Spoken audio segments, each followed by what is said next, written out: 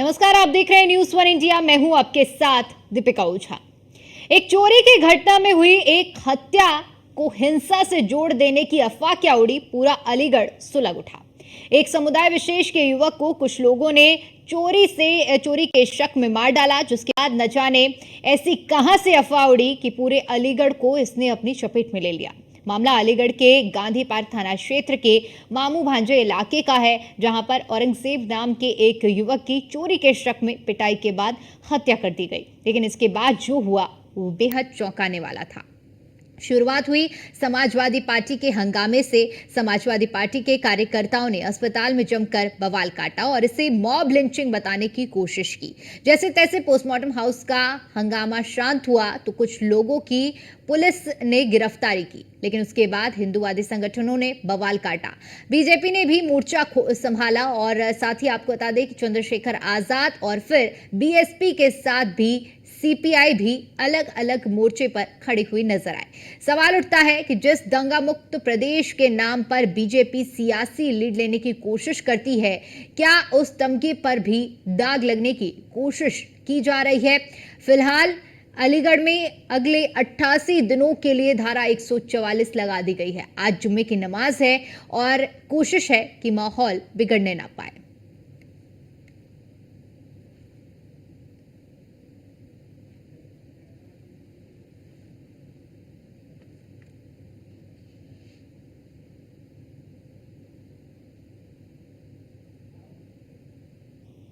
अब जरा ये भी समझते हैं कि आखिर इतनी सी बात इतनी बड़ी कैसे हो गई। दरअसल कहा जा रहा है कि एफआईआर में हिंसा शब्द का इस्तेमाल किया गया है, जबकि हिंदू पक्ष की दलील है कि ये कोई हिंसा नहीं बल्कि चोरी की घटना के खिलाफ उबला आक्रोश है और इसी रूप में ही इसे देखा जाना चाहिए। बीजेपी की भी यही दलील है, लेकिन बाकी पक्ष इसे मॉब लिंचिंग होने का दावा कर रहे हैं। शहर काजी ने अपने बयान में यहां तक कह दिया कि अगर चोरी भी की तो इतनी ज्यादा बेरहमी दिखाने की क्या जरूरत थी। हालांकि इस मामले को हिंदू मुस्लिम किए जाने के खिलाफ शहर काजी क्या कुछ कह रहे हैं, सुनिए।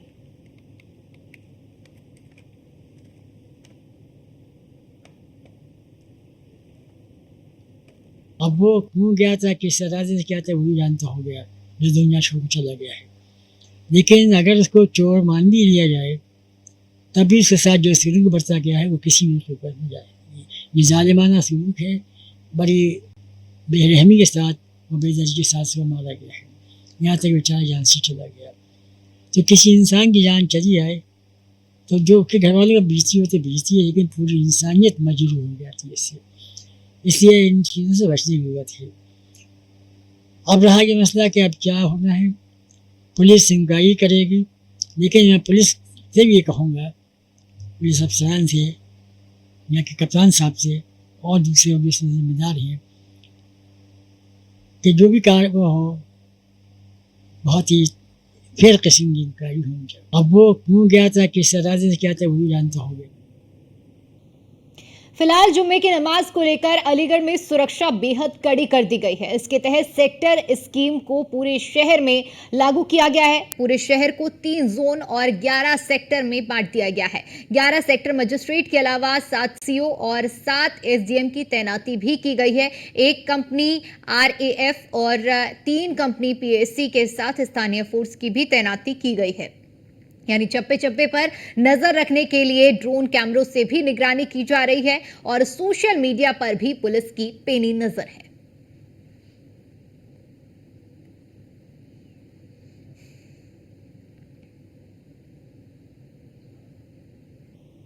यूपी में उपचुनाव से ठीक पहले अलीगढ़ का माहौल बिगाड़ना एक तरफ से कईयों के लिए सियासी संजीवनी साबित होता दिख रहा है। वैसे तो बीजेपी और समाजवादी पार्टी सीधे आमने सामने हैं, लेकिन इस मामले में चंद्रशेखर आजाद की पार्टी आजाद समाज पार्टी और बीएसपी भी एक्टिव नजर आ रही हैं। विपक्षी दल जहां पूरे मामले को मॉब लिंचिंग बताकर सियासी गोटियां सेट करने में जुटा हुआ है, वहीं हिंदू पक्ष और बीजेपी इसे चोरी की घटना से जोड़कर बता रहे हैं। इस बीच सबसे बड़ा सवाल प्रशासन पर, जो इस बात की खबर को उड़ने से रोक नहीं पाया कि एफआईआर में हिंसा शब्द का इस्तेमाल किया गया है, क्योंकि इसी खबर के बाद बात ज्यादा बिगड़ी और हिंदू मुस्लिम आमने सामने आ गए। फिलहाल उपचुनाव से पहले अलीगढ़ के माहौल ने ध्रुवीकरण की जमीन को तैयार किया है, जिस पर रोटियां सेकने के लिए सभी मैदान में उतर आए हैं। जाहिर है कि अलीगढ़ की कहानी खत्म नहीं हुई है, बल्कि और आगे तक जाने वाली है।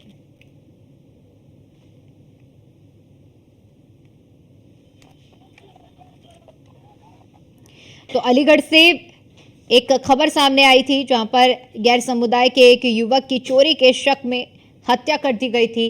हालांकि अब ये मामला जिस तरह से तूल पकड़ता जा रहा है, इसका राजनीतिकरण भी होने लगा है और लगातार इस मामले को लेकर जिस तरह से अलीगढ़ में सुरक्षा व्यवस्था के भी पुख्ता इंतजामात किए गए हैं, पूरी तैयारी की गई है, कई कंपनी पीएसी की भी तैनात की गई है और हालात को काबू पाने के लिए प्रयास किए जा रहे हैं। पूरा मामला अलीगढ़ के मामू भांजा चौक का है, जहां पर हुए घटनाक्रम जो कि बुधवार को हुआ था और इस पूरे मामले में जो अब तमाम तरह की वीडियो भी वायरल हो रहे हैं। हालांकि पुलिस की पैनी नजर है सोशल मीडिया पर भी कि किसी भी तरह का सोशल मीडिया के जरिए उन्माद ना फैलाया जा सके।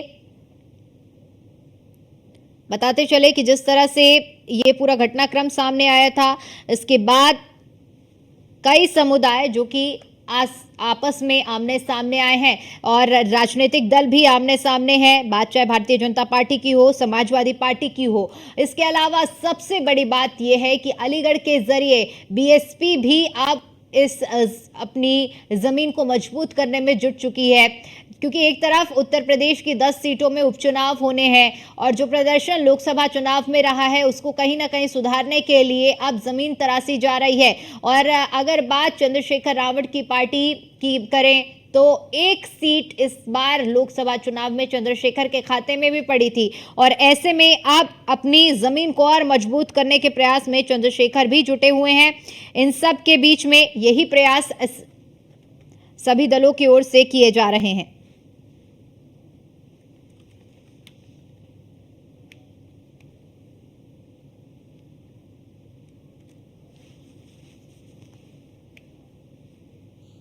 और चलिए इसी मुद्दे पर करेंगे चर्चा करने के लिए हमारे साथ मेहमानों का एक खास पैनल जुड़ा हुआ है, जिनसे मैं आपका परिचय करा देती हूं। शमशी आजाद जी हमारे साथ जुड़े हुए हैं, नेता हैं बीजेपी से। पूजा मिश्रा जी हमारे साथ जुड़ी हुई हैं, नेता हैं सपा से। और नाजिम खान जी हमारे साथ जुड़े हुए हैं, मुस्लिम स्कॉलर हैं। सबसे पहले नाजिम खान जी, आपके साथ चर्चा की शुरुआत करूंगी और आपसे समझने का प्रयास करेंगे, क्योंकि जिस तरह से देखिए अलीगढ़ में ये घटना सामने आई, पहले इस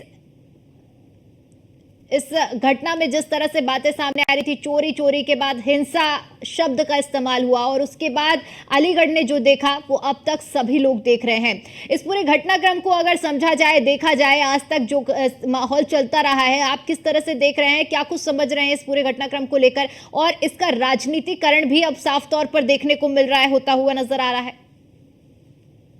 हाँ दीपिका जी, देखिए जिस तरीके से अलीगढ़ के अंदर ये घटना घटी है बहुत ही दुखदायी है। और देखिए मैं अपने सभी अलीगढ़ वासियों से अपील करना चाहता हूं कि किसी भी अफवाह पे ध्यान न दें, शांति बनाए रखें और ऐसा माहौल ना क्रिएट होने दें कि पता चले यहाँ आप अलीगढ़ में वो माहौल क्रिएट होगा और पूरे भारत को इसका नुकसान भुगतना पड़ेगा। इसलिए सभी अफवाहों से बचें, सब कानून का सम्मान करें। और साथ ही साथ मैं एक चीज और कहना चाहता हूँ कि आखिर जब चोरी के केस में उसको पकड़ा जाता औरंगजेब नामक व्यक्ति को, तो उसको मारा पीटा गया जिसकी वजह से उसकी मौत हो गई। तो मैं कहना ये चाहता हूं कि चोरी से मारपीट जो आपने करी है, क्या आप लोग कानून पे विश्वास नहीं करते? अरे अगर उसने चोरी करी, आपने पकड़ा तो कानून के हवाले करते, कानून अपना आप काम करता। लेकिन खास तौर पे उस शख्स का नाम उर्दू वाला था, मुस्लिम नाम था, जिसकी वजह से उसके साथ इस तरीके से अप्रिय घटना घटी। और यही चोरी का इल्जाम तबरेज अंसारी की भी याद दिलाता है कि एक झारखंड के अंदर तबरेज अंसारी को खंबे से बांध के मारा पीटा जाता, जिससे उसकी मौत हो जाती है। तो ये कब तक चलता रहेगा? इसका मतलब यह है कि ये लोग कानून की खुलेआम धज्जियां उड़ाते रहेंगे, कानून को अपने इशारों पर नचाते रहेंगे, लेकिन ये लोग नहीं जानते कि भारत का कानून सर्वोपरि है, सबको मानना पड़ेगा। लेकिन जहां पर मुस्लिम नाम आता, दीपिका जी, इन लोगों में एक ऐसी एनर्जी आ जाती है, ये चाहते हैं कि मुस्लिम नाम को देखते ही उसको मार दिया जाए, चाहे तो उसको अखलाक के नाम पे मार दिया जाए, चाहे जुनैद के नाम पे मार दिया जाए, चाहे नासिर के नाम पे मार दिया जाए। चाहे अब आपने देखा होगा औरंगजेब के नाम पे मार दिया जाए, लेकिन फिर भी मैं अपने अलीगढ़ वासियों से अपील करता हूँ, आज जुमे का दिन है, आप सभी कानून का और वहां जो प्रशासन, पुलिस प्रशासन लगा हुआ उनका सहयोग करें, किसी भी अफवाह पे ध्यान ना दे, क्योंकि ठीक- ये भारत ठीक। आपका है, ये इस मुल्क को हमेशा अमन में सुकून में रखे और मोहब्बत और भाईचारा का पैगाम दे, किसी की बातों को बहकावे में नहीं आए, क्योंकि जरा सी आग पूरे भारत का नुकसान कर देगी। इसलिए बार बार मैं हाथ जोड़कर आपके चैनल के माध्यम से यही अपील करना चाहता हूँ कि अफवाहों से बचें, लेकिन औरंगजेब को जिस तरीके से मारा पीटा गया है, उन दोषियों के खिलाफ भी सख्त से सख्त कार्रवाई की जाए, ताकि ठीक भविष्य के है अंदर कोई भी बिल्कुल कानून नाजिम से जी, दुखद खिलवाड़ घटना ना है कर सके। और दीपिका, ऐसे में सभी से अपील है कि माहौल बनाकर रखें और किसी भी तरह के जिस तरह से लगातार अपील की जा रही है सभी अपीलों का पालन करें। शमशेर आजाद जी, आपसे समझने का प्रयास करेंगे, क्योंकि देखिए जिस तरह से ये मामला सामने आया, जिस दिन से मॉब लिंचिंग की बात कही जा रही है, ऐसे में आप ये जो मामला है ये राजनीतिकरण की ओर भी जा रहा है।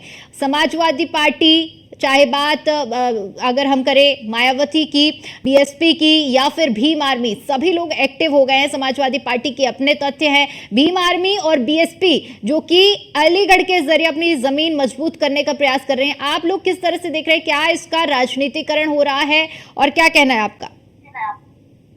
नमस्कार आपको और आपके चैनल के सभी दर्शकों को और इस चर्चा में भाग ले रहे सभी भाइयों। देखिए, योगी सरकार पूरी तरीके से प्रदेश में अमन चैन के लिए प्रतिबद्ध है और वो उसी की प्लानिंग कर रही है। धारा 144 लगा दी गई है जो 88 दिनों के लिए अलीगढ़ में जो है लागू की गई है, और कोई भी उपद्रवी अगर उपद्रव करता हुआ पकड़ा जाएगा तो उसके खिलाफ सख्त से सख्त कार्रवाई की जाएगी। शासन प्रशासन जो है वहाँ के लोगों को समझाने बुझाने में लगा है। जो उस एरिए के जिम्मेदार लोग हैं, जो धर्म गुरु हैं, जो जिम्मेदार है उस एरिया के, जो नेता है किसी भी टाइप के, तो सभी लोगों से प्रशासन ने बातचीत की, उस मामले को किसी भी तरीके से हल किए जाने की कोशिश की जा रही है। आज जुमे की नमाज को देखते हुए शासन प्रशासन ने अतिरिक्त फौज जो कई और जिलों से भी मंगाई है, ताकि पूरी तरीके से वहां पर नमाज की अदायगी हो सके और कोई भी अपनी घटना न घटे। रह जाती बात साजिश की, तो कहीं न कहीं विपक्ष जो है ऐसी साजिशों में पूरी तरीके से जो है मुलव्विस हो जाता है और वो चाहता है कि प्रदेश में जो अमन चैन बना हुआ है उसको किसी न किसी तरीके से खराब किया जाए, ताकि जो 6-7 सालों से लगातार प्रदेश में अभी तक कोई अपनी घटना नहीं घटी है, तो ये चाहते हैं कि प्रदेश में योगी सरकार की बदनामी हो और हर छोटे से छोटे मुद्दे को इस तरीके से समाजवादी पार्टी और कांग्रेस के लोग खास तौर से जो है इस मुद्दे को भुनाने में लग जाते हैं, क्योंकि इनके पास जनता से जुड़े रहने के लिए कोई मुद्दा होता नहीं, जनता से कोई काम नहीं, जनता की किसी भी समस्या को हल करने के लिए इनके पास वक्त नहीं।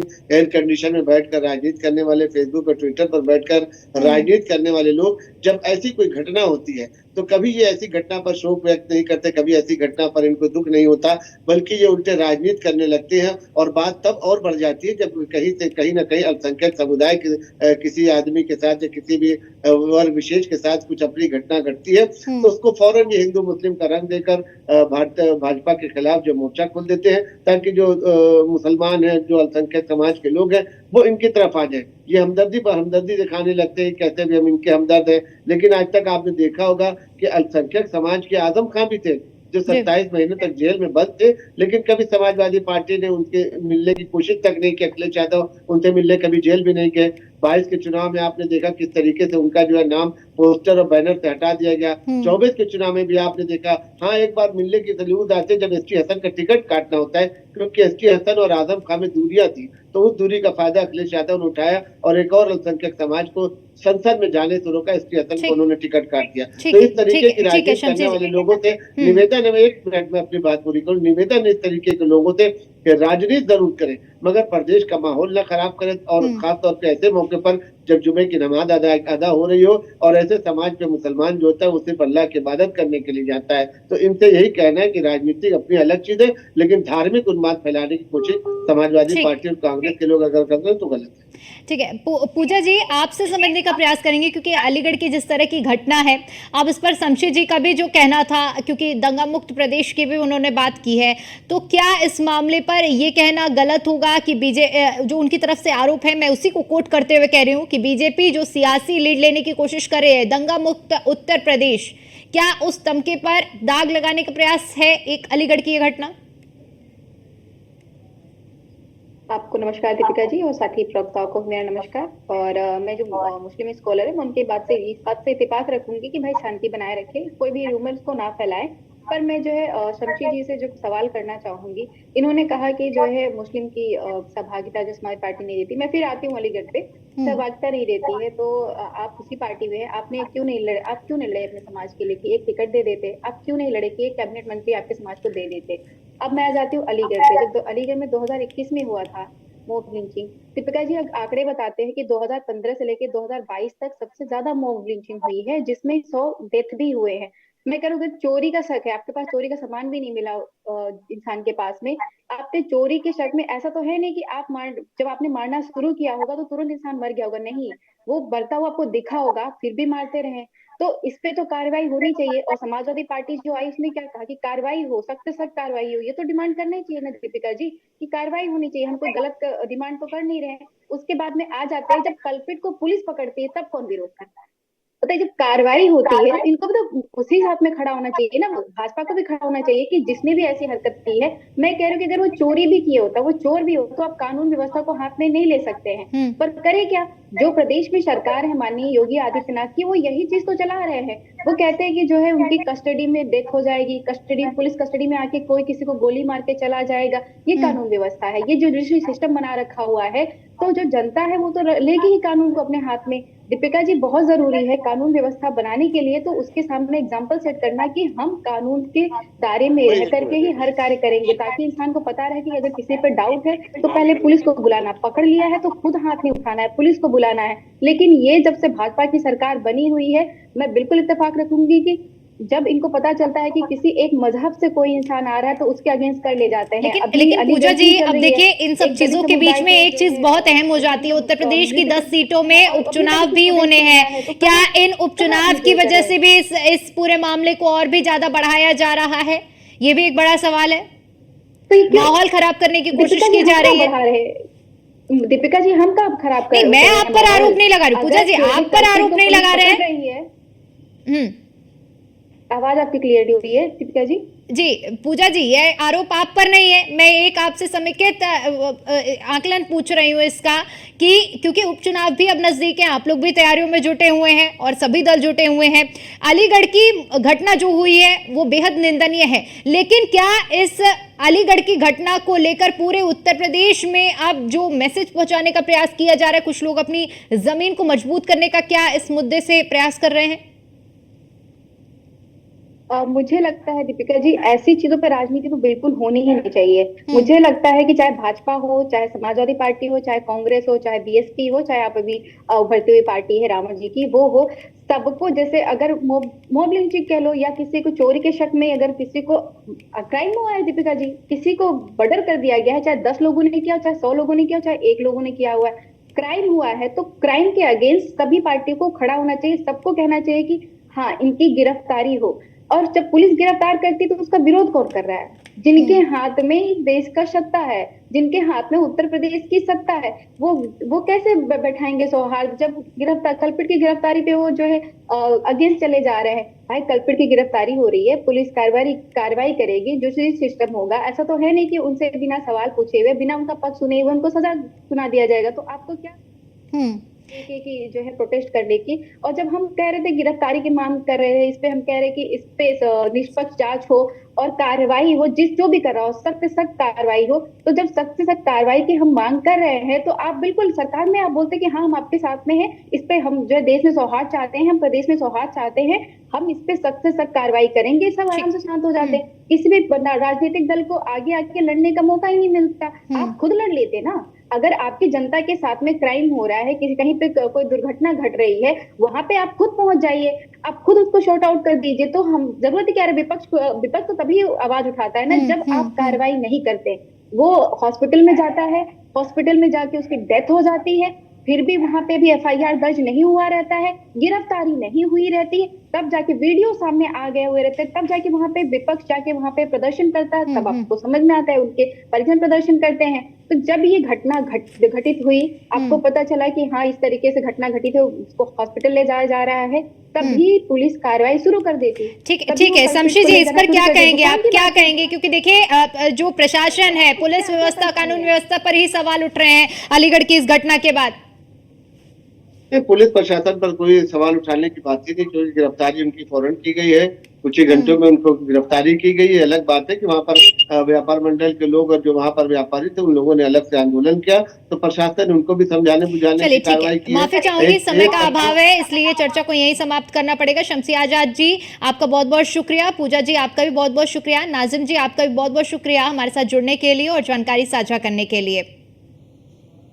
और अब हमारे संवाददाता योगेंद्र सिंह अलीगढ़ से हमारे साथ जुड़ चुके हैं। योगेंद्र, क्योंकि आप इस वक्त अलीगढ़ में उस जगह पर मौजूद हैं जहां पर घटना हुई है और आप बारीकी से सभी चीजों को देख रहे होंगे, क्या कुछ हालात हैं आज, क्योंकि जुम्मे की नमाज भी होनी है आज?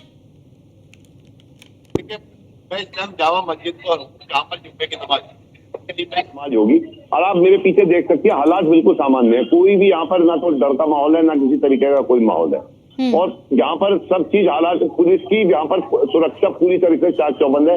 कई कंपनी पीएससी और कई कंपनी आरएफ यहाँ पर लगी हुई है और पुलिस के सारे अधिकारी भी यहाँ पर मुस्तैद है। और इसके अलावा जो अभी उस दिन अभी आपके साथ जो मैडम बैठी थी वो कह रही थी कि साहब जो यहाँ पुलिस ने यहाँ पर जो हालात सामान्य हुए उसमें सबसे बड़ी भूमिका पुलिस और प्रशासन की है। कारण एक है, जब वहां पर उसकी बॉडी ले जाई गई, हम भी वहां मौजूद थे अस्पताल में, तो आज सब लोगों का यही काम था, सब लोगों के दिमाग में विचार था कि इन लोगों को गिरफ्तार नहीं किया जाएगा। लेकिन वहीं एसपी सिटी मौजूद थे, उन्होंने कहा सीसीटीवी में जितने भी लोग हैं सब गिरफ्तार होंगे। तो उन्होंने सबसे पहले कहा, चाहे वो 7 हो चाहे 70 हो, तो उसी आधार पर उन्होंने 6 लोग जो सीसीटीवी में पिटाई कर रहे थे उनको गिरफ्तार किया। उसी गिरफ्तारी की वजह से जो एक पक्ष था वो सामान्य हुआ और उसके बाद जो दूसरा पक्ष था, जो व्यापारी थे, उन्होंने सुबह यहाँ पर अपना बाजार बंद कर दिया। उन्होंने एसएसपी पे काफी प्रेशर बनाने की कोशिश की कि वो इन लोगों को छोड़ दे, लेकिन एसएसपी ने साफ कह दिया कि जो लोग भी हत्या में सीसीटीवी में मुझे दिखाई दे रहे हैं मैं उनको किसी भी कीमत पर नहीं छोड़ूंगा। तो शाम तक उन्होंने एक आध जगह पथराव भी किया, लेकिन पुलिस यहाँ पर मुस्तैद थी तो पथराव का इतना असर नहीं हुआ।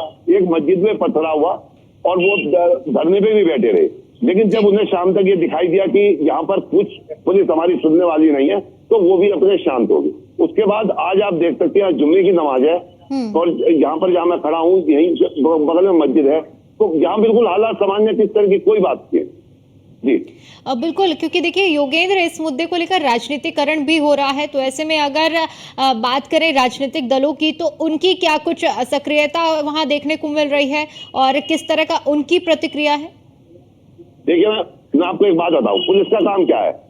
हत्या रोक नहीं सकती, हत्या के बाद कार्रवाई कर सकती है। कोई भी पुलिस जो है हत्या तो रोक नहीं सकती, हत्या के बाद कार्रवाई कर सकती है।